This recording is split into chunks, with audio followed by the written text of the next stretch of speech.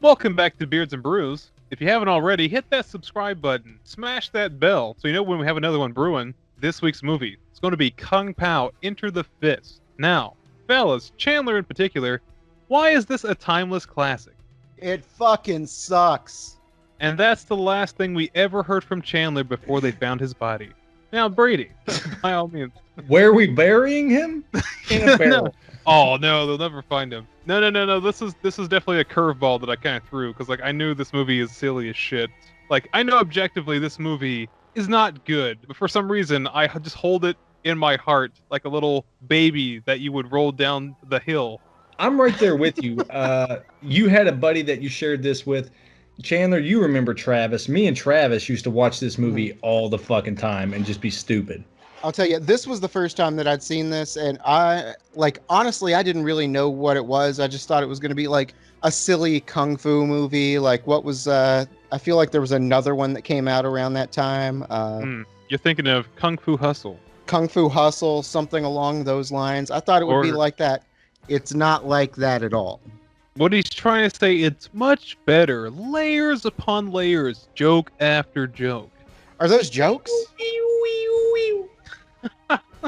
No, to me, I'll be honest. To me, what this reminded me of was like a bad Adult Swim sketch from like 2004 that they just let go for 81 minutes. And like... No, you're right. And if it was like a 3-minute sketch, it would be passable, but it just stretched on for like 78 minutes too long. Given that description, this movie does kind of feel like, hey, you have 3 minutes to fill. Get at it, boy. And he comes back with like an 80-some minute movie, and they're just like, oh no. Yeah, and like 81 minutes is not a long film, but this makes it feel like a long film to me. Oh man. It's a little rough, but like I knew that you probably wouldn't be up your alley, but man, there had to have been like a point in this movie where you got maybe like a little chuckle or just like maybe the air come out of your nose a little quicker than usual. There are a few little chortles, a few little times when I like rolled my eyes, not so much in contempt, but maybe slight entertainment. But for the most part, no, I hated this. But let's give the audience who hasn't seen this, doesn't know as much about it, an idea of exactly what this is, because this isn't a normal film. Sure. So this movie has a really weird background. So about 2/3 of this movie, if not more, is just an old kung fu movie that Steve Odenkirk, writer, producer, director, and star of this movie, just found, I guess, on the cutting room floor. And he's like, hey, what if I was in this movie and I just said weird shit for about 80 minutes? And then, like, all of the voices are overdubbed.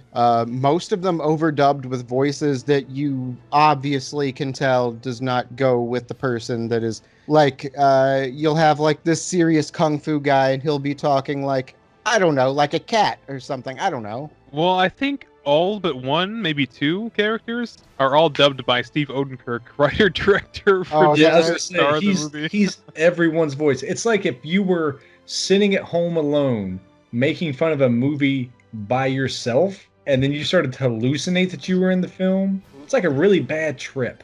I'm really hesitant about doing The Room later on, but this is like another passion project that's very much like The Room.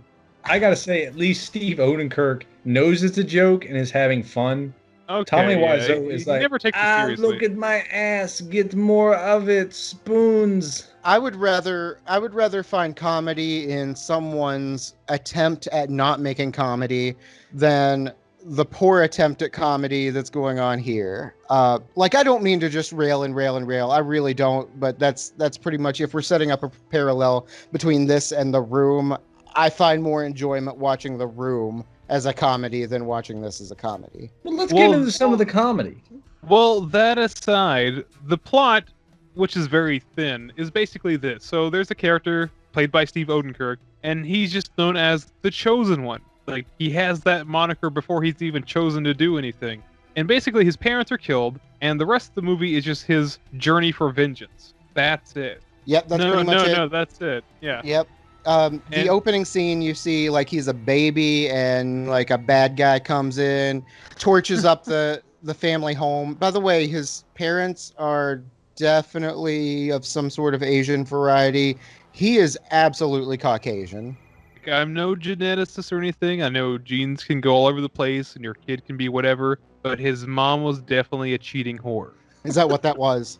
But when the bad guy's like checking to see, like, is this the chosen one? Is this the right baby? He opens up his mouth and you don't really see what's going on there, but he's like, yeah, that's him.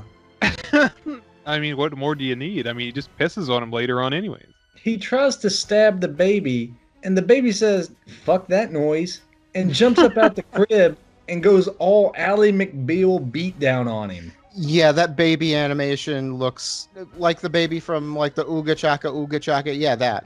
It looks real bad. Like this movie, like all the effects in this movie have aged like milk. Like that, I will defend this movie on the hill that I chose to die on. But like the effects in this movie are fucking laughable. And like I know they tried to hide it in like shadow and stuff like that, but the baby when it's full CG is disgusting. Talking about CG effects aging like milk, we'll get to that scene here in a little bit. It looks like a little Stretch Armstrong come to life. I actually find it kind of weird that they chose to do that because I found it infinitely humorous that when they were just using a baby doll and just like having it be thrown around the room and stuff. Yeah, until he is slung out of the house and he rolls down a hill. And this to me is absolutely my favorite part of this film. The baby is rolling down the hill for a very long time. Yeah. And you can obviously tell it's just like a doll baby. Yeah, but they don't even try to cover it. It's just like some off-the-shelf toy they chuck down the side of a hill. And in the same vein as like Kentucky Fried Movie where the joke just goes on so long and that's the joke. That's exactly what this is. But what I think sells the joke is that like the baby stops and like this woman's like, oh, look, a baby, so cute. You know, kiss, kiss. And he's like, okay, bye-bye. And just tosses him down the mountain again. Just like fucking bowls the baby down the mountain. Like like she's going for that 7-10 split. The noise that it's making is like... It's fucking great. And that's just going on for so long. And then it like cuts to the baby rolling down another part of the hill with the same sound effect again. It's a good opener. But then the movie and the narrator lets us know that, boom, we're like 30 years later, Chosen One is a full-grown man, and he's just walking in the middle of fucking nowhere, and I guess he has been for like this entire time or whatever. No, sometimes he drove. Oh, man, sorry. Okay, so it shows him walking in the desert up over this little hill and coming into view, and all I could think was, oh shit, is that Ben Stiller? There's a lot of that in this movie, like especially in the parts where they're actors, like real actors and not footage from the old movie. Like everybody just has a real bad wig, including the main protagonist. It's just like there. Is what's his name? Steve Odenkirk? Yeah. Is he the only like modern person in this? No. There are a lot of scenes where they couldn't replicate, and you can definitely see like it's a newer set and everything, and there's some dudes punching some meat in the background and whatnot. Oh, okay. We get our first little taste of combat because the Chosen One is always being accosted. Yeah. There's a guy in some like kendo stick fighting train gear and all these random, I suppose, henchmen with him. And fuck. Again, the opening of this film is pretty strong. The jokes kind of dwindle by the end, but man, it opens pretty strong in my opinion. Yeah, what sells it is just the absurdity. Like it's just one thing after another, and the movie just doesn't stop. And in his first like little bit where he's fighting folks, he's just like traveling through like this little village or whatever, and this big old dude comes out. He's like, "Your days are over, mister." And I was like, "All right, that got a chuckle out of me." But what I think is the best bit is like all the henchmen have like their own style of fighting, but they're all terrible. Mm-hmm. Like very much from here until the very end of the movie, we just have sort of like one little battle scene after another. Yeah. There's not really a whole lot of, quote, plot to go on. It's just like, hey, I'm on a mission to find the man who killed my family. And we have to fill 60 minutes up with just random fight scenes with, like, Putty Patrol. I'm totally cool with that because, like, the little gags of, like, him, like, walking on their heads and stuff and just spinning, like, from a rope and kicking, like, 8 people at the same time. You're just going to leave out him punching a hole in a dude's chest, like a complete, like, cylinder of meat out of this guy's chest? I'm no expert or anything, but there's like bones, cartilage, and organs. It just came out in one clean chunk. Yep, just one fucking cylinder of meat. Biology punch. Dude, even the narrator went on minutes after that fight. It's like, oh man, are you serious? Did that just happen? But now we're also in this first little fight introduced to what makes him the chosen one, I guess. We have a little fight where he's like, I don't even know what's going on. I just wrote down E. He kind of sounds like Tatanka from 90s WWF. And then he sticks out his tongue, and his tongue has another mouth on it that itself says E. Yeah, it's his name is Tonguey, and the movie actually never explains the power that it gives the Chosen One, and even at the end, it's kind of like a whatever moment, but it's just there. It's weird, and the movie kind of knows it. That's why I say the start of this is pretty good, because up to this point, you can kind of chuckle. You're having a good laugh. The combat's ridiculous, over the top. It feels like a proper parody movie. And by the end of this movie, whenever his tongue saves the day, it just shits the bed. Spoilers. Oh, now we know there's a bed, and it has shit on it. Shit all over the bed. Anyway, but you know what else there is? There's fucking gopher chucks. Oh my goodness. Classic, by the way. I think it's even on the cover of the DVD. Is it? Yes, it is. Yeah, he's in that stance with one under his arm. Yeah. So, of course, he's under constant attack. They bring it up a bunch in the movie. And his second accostement, he's surrounded by these bad guys, all armed with sticks and whatnot, whatever. And this guy's like, open your mouth. Of course, he wants to verify whether or not he's the chosen one. And as the chosen one, he's like, nah, I'm going to rip my shirt off and beat the shit out of everybody with my leg. I don't really remember him beating anyone with a leg. I just remember gopher chucks because that's the most ridiculous thing I've ever seen. I remember him plucking out everyone's eyeballs and having the Beetlejuice hand eyes. Oh, I definitely remember that too.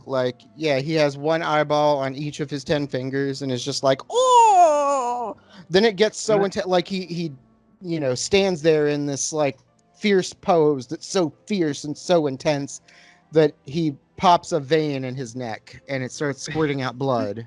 I mean, the more we talk about it, I'm just hearing this oh, what if he had eyeballs on his fingers? Dude, I'm all about it though. Cut to Crane School. Yeah, the next thing I have is Crane School.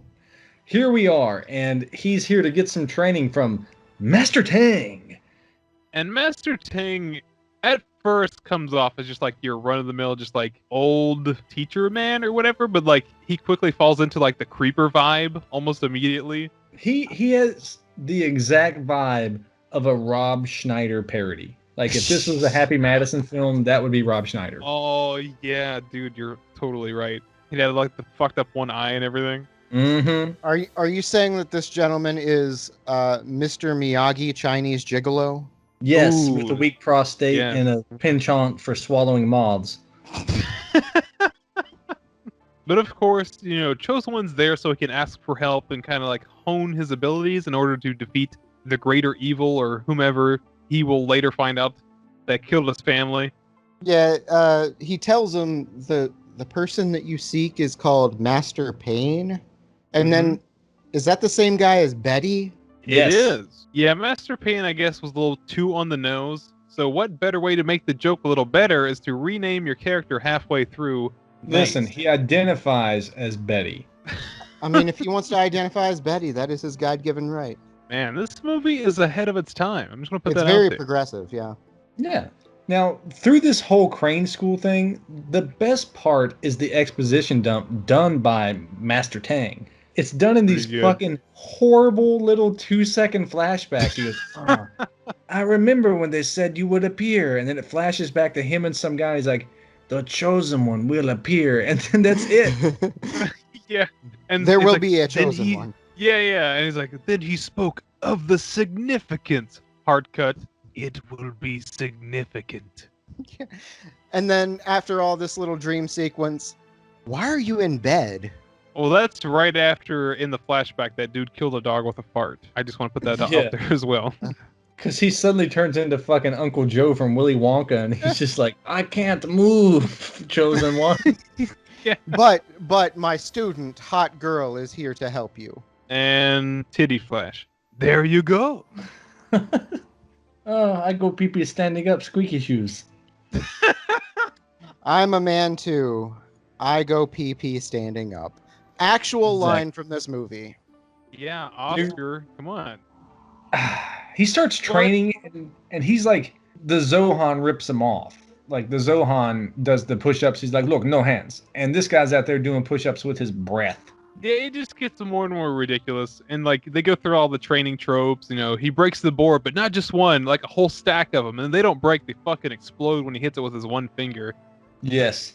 There's another guy that comes around, like, at some point. I didn't follow this too tightly, but another guy comes around and, you know, you get a little back and forth, and the chosen one pulls out this quip, "Who do you rule?" Like, I know the part you're alluding to. So this guy named Wimp Low, who was trained wrong on purpose as a joke, he tries to challenge the Chosen One to, you know, some fisticuffs, and Chosen One's like, no, come on, just knock it off. I'll kick the shit out of you. Don't worry about it. And he's just like, I rule, baby.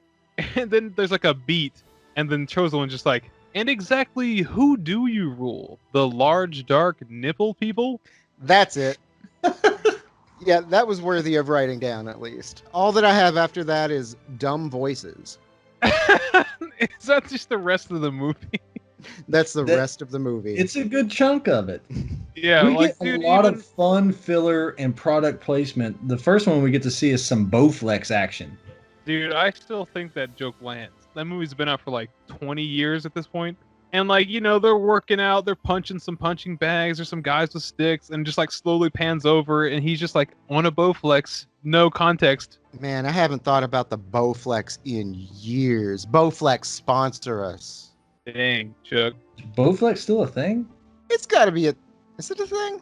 It's probably a thing. I know his Total Gym still is. Oh, Total Gym. Yeah, I forgot about that. Is Total that the Chuck Gym Norris thing? sponsors. Yeah, give us some schmacks and pants. Hell yeah.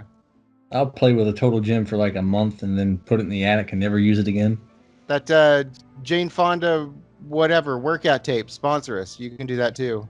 I want the Hawaii chair, the one that rotates like you're doing like the luau dance. We are on 3 completely different wavelengths here, I'll tell you that. Just like this movie, because the next no doubt is them cutting to a temple to go and do some more training. He's like, well, you must leap this wall, look. And of course the Chosen One, up and over, no problem. Fucking wind blows. Just does a front somersault. Like the stunt man, there's no stunt here. This man runs and flips into a fucking wall, like thump. Yeah. Most of this movie is another movie, and it gets kind of choppy, like how the fight goes on and stuff. But man, by the end of it, like, Wimplow's had enough. He's got the shit kicked out of him, and he's all bloodied and bruised. He's like, I'm bleeding, making me the victor. Is that how that works, dog? I don't think that's how that works. But you got some of my patented face-to-foot style. How'd you like it? Try my nuts to your fist. But after there's a little bit of a beatdown, Master Payne, he rolls into town and starts declaring himself Betty. And everyone grabs these fucking Donatello bow staffs and are just whacking the fuck out of him in the neck, in the nuts, just hitting him everywhere. And he's just sitting there shaking his groove thing like he can't be touched. And not only are the sound effects just like completely obtuse, but like they just keep cutting in the same shot. So he gets like neck shot, arm, nuts, neck, arm, nuts, nuts. Nuts. Nuts. Nuts. That's a lot of nuts. A lot of nuts. There's more nuts coming, though. That'll be $4, baby. You want fries with that? He's just left and he took some nuts. Is that from this movie? Christ. Yeah. Whenever he goes and buys the nuts to use that squirrel as bait or as a body shield. I should have had the subtitles on or something. Oh, man. I bet the subtitles are all fucking weird, too. Oh, I guarantee it. So, Master Payne is at a local restaurant where he is lording over them with fear and, you know, I suppose gratitude in a way. He's being semi-nice. I guess, like, character-wise, as we deconstruct this man, he's trying to appeal to the masses, you know? He's not a murderer. He's a nice guy with happy feelings all of the time. Cut to dude's missing bloody toe. I have no idea what was going on through this. I'll let you know. I have no idea what was going on. I think he's the idea claiming was to be a decent person Whoa. while they are revealing the fact that he is secretly removing people's appendages. I mean, you got 10 toes. Why do you need all of them? I mean, Because the dude by the end of it had like barely a foot left. it was off at the ankle. He had no foot. Yeah, but like if you got 10 toes, that's toe hoarding. So I see the masses of America with 9 out of 10 toes. Anyway, our audience, if you haven't seen this movie, is going to be clueless about what's going on. So we should probably press on with like the actual meat and potatoes of this movie, right? There's not really a lot of meat and potatoes. No, it's just, hey, broth. I want revenge, Listen. and we're going to go and show you I did a montage. Here's the bad guy. And a lot of random, goofy filler. Listen, it just sounds like you're trying to say, go ahead and watch it so you'll know, which is a mild recommendation. To me, I think he is slowly but surely coming around to the slight charm and appeal of this movie. Now, there's, like I said, there's a couple of scenes, not even scenes, a couple of lines, a couple of situations, which gave me like a smirk. Like there's a couple of scenes like that. Overall, nah. Is one of those scenes the scene coming up where Chosen One has decided that he too will do some pain training and has his friends literally beat him unconscious with bow staff? Yes, like beat him so hard that he basically gets thrown into a coma until like the next night. How would you ever survive some massive attack? Ooh, speaking of Massive Attack, a very good trip hop band. If you haven't listened to them, go check them out. This beer that I have is actually, as far as I can tell, named after them. It even has, like, on the can, looks kind of like the cover of their Protection album. This is a collaboration beer from Logsdon Farmhouse Ales out of Washougal, Washington, and Structures Brewing out of Bellingham, Washington. It's a 6.5% hazy IPA, double dry hopped. Aroma's pretty crisp, pretty balanced, a little green. Not super fruity or anything like that. No citrus. Just like green and a little floral. Very mild, very mellow. What's there is light and green, a little floral. It's not heavy or complex. It's super drinkable. It's not anything that's going to knock your socks off, but it's super drinkable. That's really all I have to say about it. Would you recommend this to a fella who's had a thermometer broken in his hands? Probably need a few of them. Maybe probably need something a little bit harder than that even. You're right. Light that man on fire. Oh yeah, this is that scene coming up, isn't it? No, but that's all I got are like the lines from the movie because like I fucking love this thing. I don't care. It's just me. So let's move on to the lady with the uniboob. Her name is Woe. Her name is Woe. She has one singular tit, and they tongue fight. They kind of show you that she looks identical to his mother, and they're like battling with their tongues, French kiss style. Like, oh no, stepson, I'm stuck in the laundry hamper. Well, I mean, Luke kissed his sister, so we're good. Carry on. Is that what makes it okay? Yeah. No, anyway. Yeah, she basically, as far as I'm concerned, basically plays Princess Katana from the Mortal Kombat film in this, in which, like, they're sort of, like, fighting, I guess, but all the way she's, like, giving him little tips, like, stay out of the meadow. And he's just like, That means I must go to the meadow. And just before we move on, the uniboob thing, like, it definitely looks like she's trying to smuggle a cantaloupe out of a grocery store. Like, it's one boob, but it's a huge boob. It's an inflated balloon under, like, a skin-tight shirt. Inflated boob. TM, sponsor us. Oh, shit. Now, she flies away and gets tangled up in the trees, and I had a moment of laughing at that. Because the scream is, like, really ridiculous. Like a guttural scream, like she got stabbed or something. Yeah. And then up next, the next thing I have is Taco Bell product placement. He just sings about some Taco Bell and getting some diarrhea coin. That's what you do. Hungry. You walk into a room full of buddies, you're like, hey, let's get some Taco Bell. They're like, hell yeah.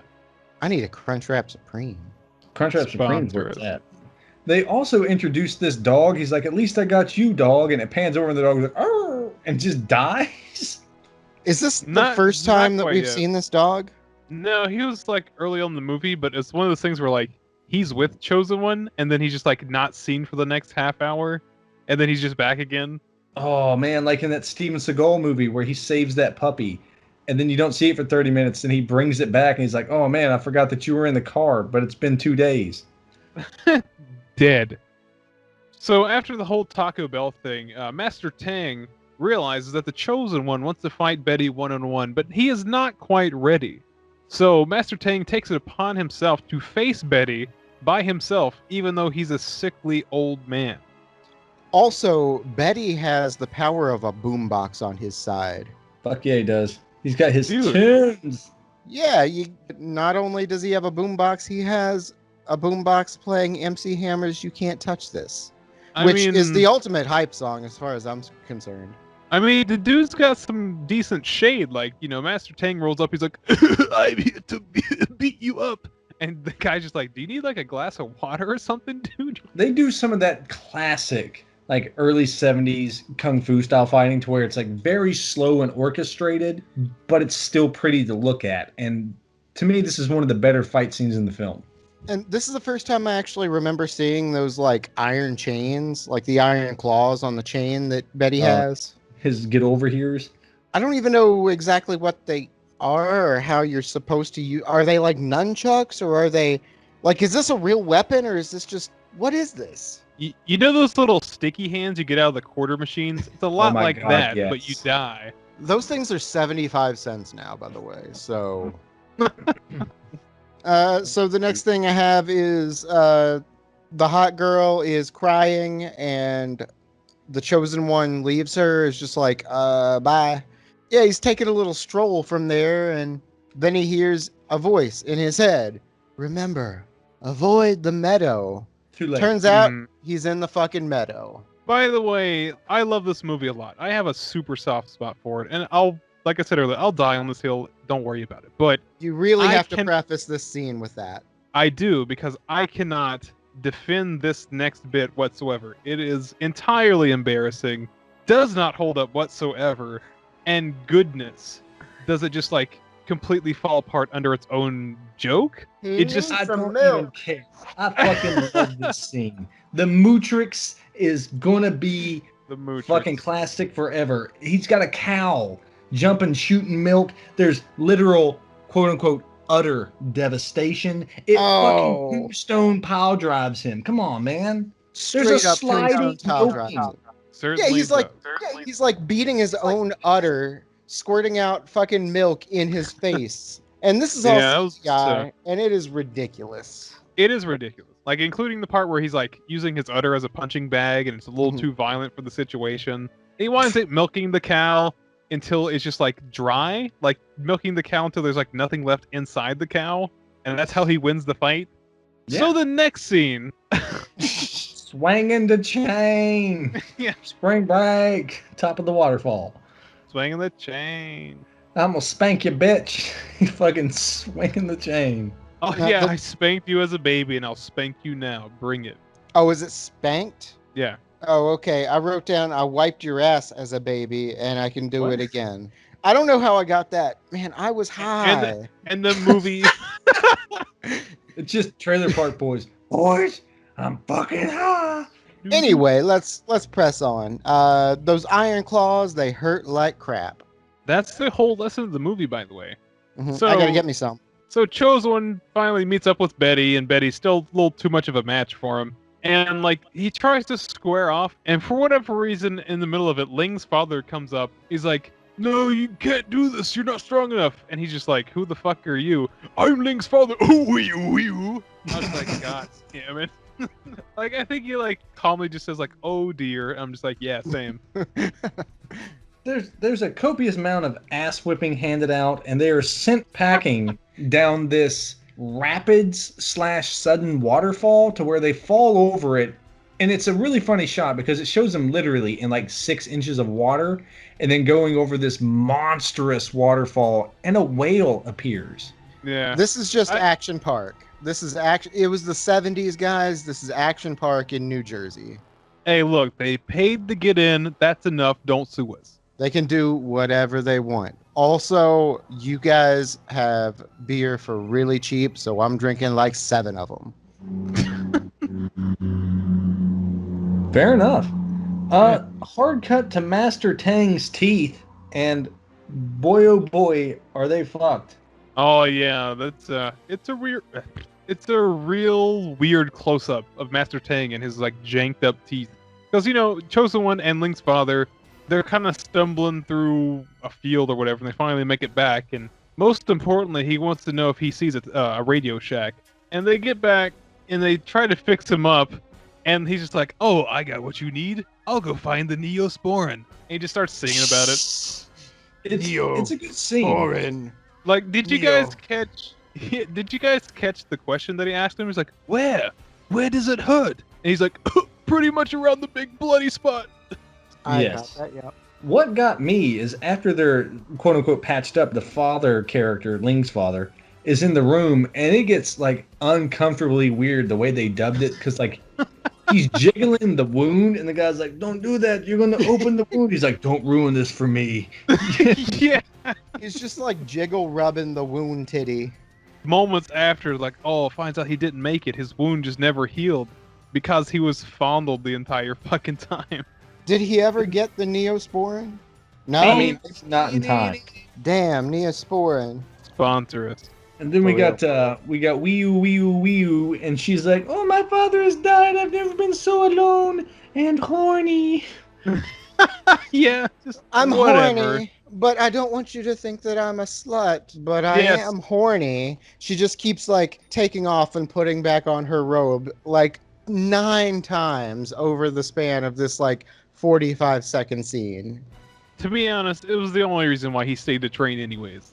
That's fair. Oh, for real. Well, that and the guidance that he was receiving from Mushu Fasa. Yep. Oh man, that's another embarrassing bit. Like he just stumbles upon like a really bad Lion King reference, and he goes on about like how the joke is the joke, and the characters are like, "Haha, we get it." But for whatever the fuck reason, he's like, "This was CNN," and that's how they end the scene.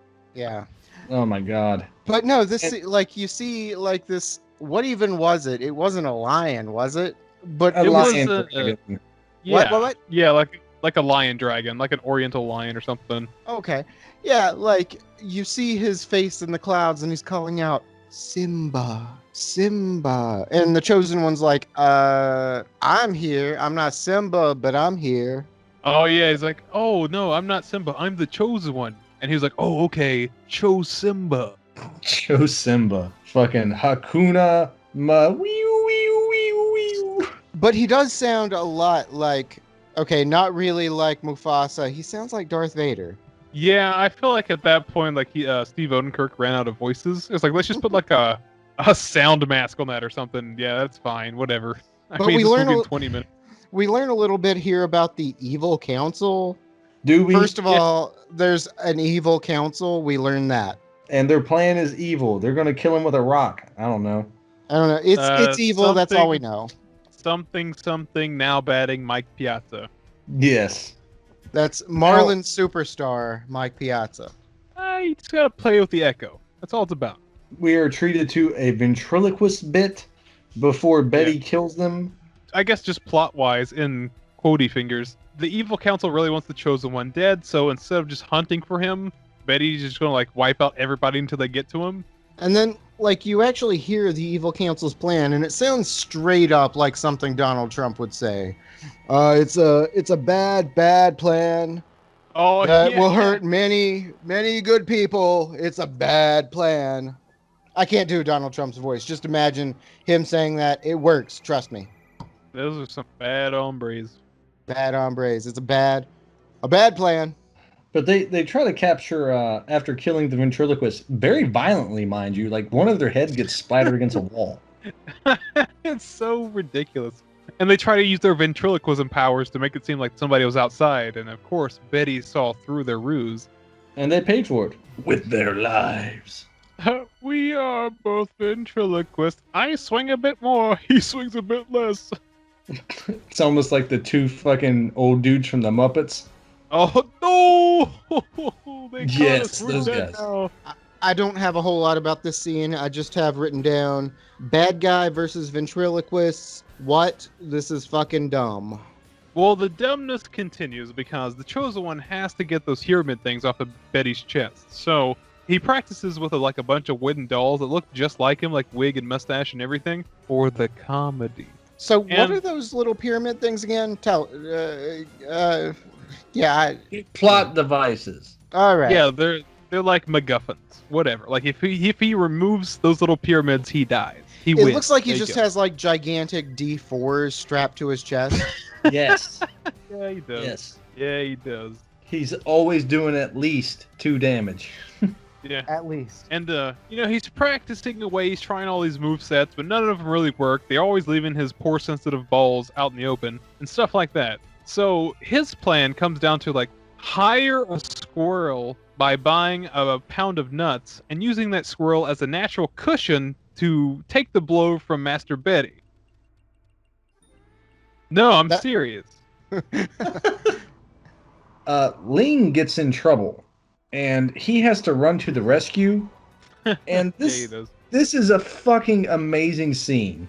He's running, and it does the thing where it cuts to her, to him, to her, to him, to her, to him. But he's never getting any closer until the final one, and he's almost there. And someone throws a probably dishcloth-sized net at him. Yeah. Inuyasha! It's a- Kagome! But it's a tiny net. It's evil. It's a net and it's tiny.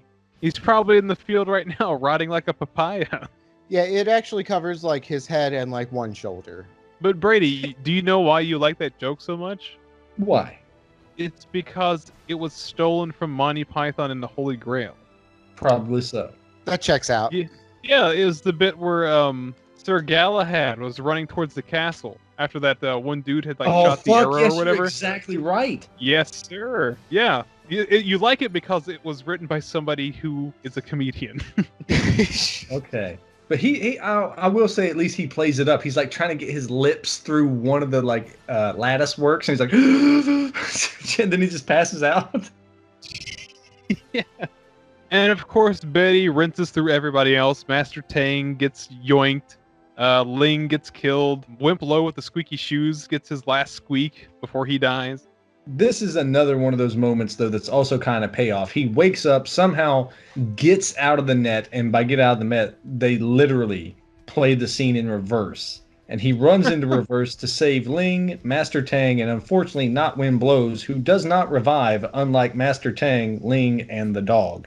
Yeah, it's actually that joke is one of the weird offset, more disturbing bits for whatever reason. Oh, happy, everybody's still alive.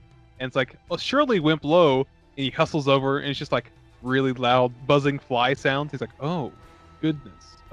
Excuse me. I'll tell you, the big takeaway that I have from this is I really like the band In Sync. Dude, yeah, that was Master Tang's quote-unquote final words. He was my favorite band is In Sync, and my favorite member is Harpo. If there is not a Harpo, there should be. I will say this. The final showdown is set to Black Betty by Ram Jam, but As it should be. Was it a remix or something? Yes. Yeah, it's a dance remix of it. It But is Before we get to the final showdown, we get Ling Spider giving a few words of confidence for him. You've mastered your technique. You should be able to beat him now. And he has some reservations about this. And he's I'm sorry. And she's you should be able to beat him now. And he's not even paying attention.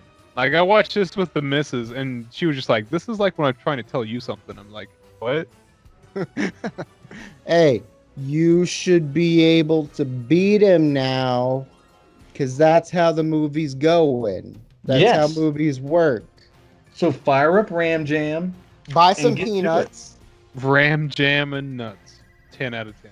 a squirrel takes the killer blow for him, and he's like, haha, I tore off your 2 pyramids. And he's like, oh no, I just die now, whatever, falls down. And then shit gets, like, out of fucking hand.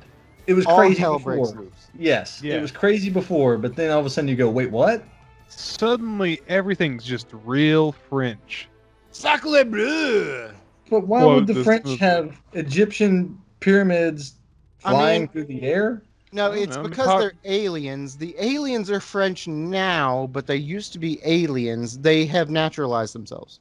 That's like the kind of programming that comes on like at midnight when everybody else is kind of asleep. You know, they get like the space Nazi bullshit.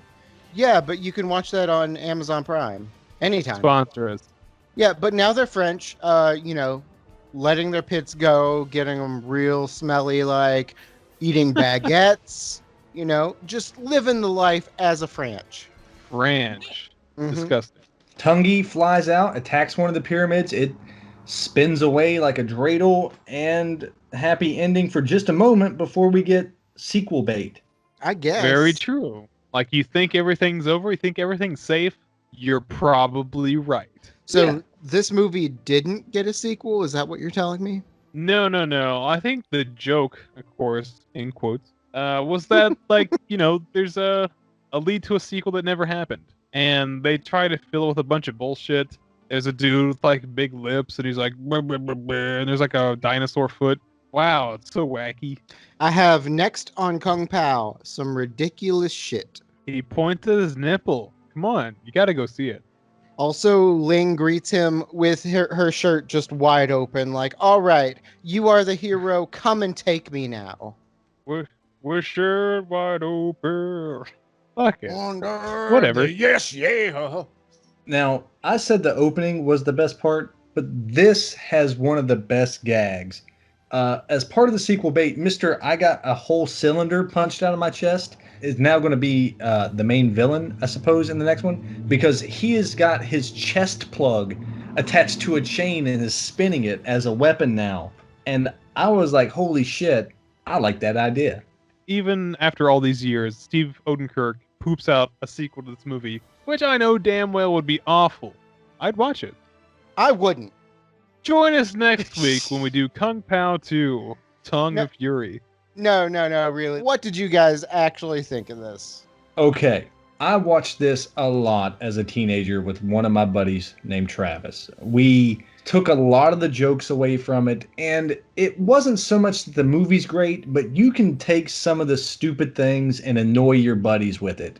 And to me, Okay. that's what it was. Like something to take to school, throw around with your friends, and just be goofy. I'll agree with you on that point, because like that's all we did was riff with like the isms from this movie, and that's why I have this shit burned into my brain, is because that's all I did for a fucking decade, would just be like, hey, your nipples look like milk duds, to my buddies.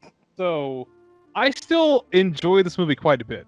Like, I know it's dumb. Objectively dumb. I know this is a bad movie, but I just have that soft spot for it because I just saw it in that perfect timing in my life where it would just always be nostalgia no matter what. Like, I know it's silly. I like it. Maybe for sure I just watched this like 20 years too late. If I'd seen this when I was like 14 or 15 and also stoned, I'd probably really like it. Watching it as a like 35-year-old guy for the first time, this is fucking terrible. I never want to watch this thing again. There were some, I guess, entertaining parts, just entertaining because they're so ridiculous. I still think that this is like an Adult Swim skit that went on way too long. Well, I've tried to implore you to reconsider, but you know what? There you have it. That's Kung Pao, Enter the Fist. If you have any strong feelings about the movie or the show, leave it in the comment section below. Make sure you hit the like and subscribe button too. Be sure to hit the little bell icon so you know next time we get another one of these brewing. Make sure you get there and follow on all of our social media. We got all that shit, y'all. We got Facebook, Twitter, Instagram, Reddit. We got YouTube. We got fucking Spotify. We got Apple Podcasts, thanks to the whole Anchor app. And if you don't, we'll cut off your big toe. Also, fuck. There it is, right there. All Yep. right. Fuck.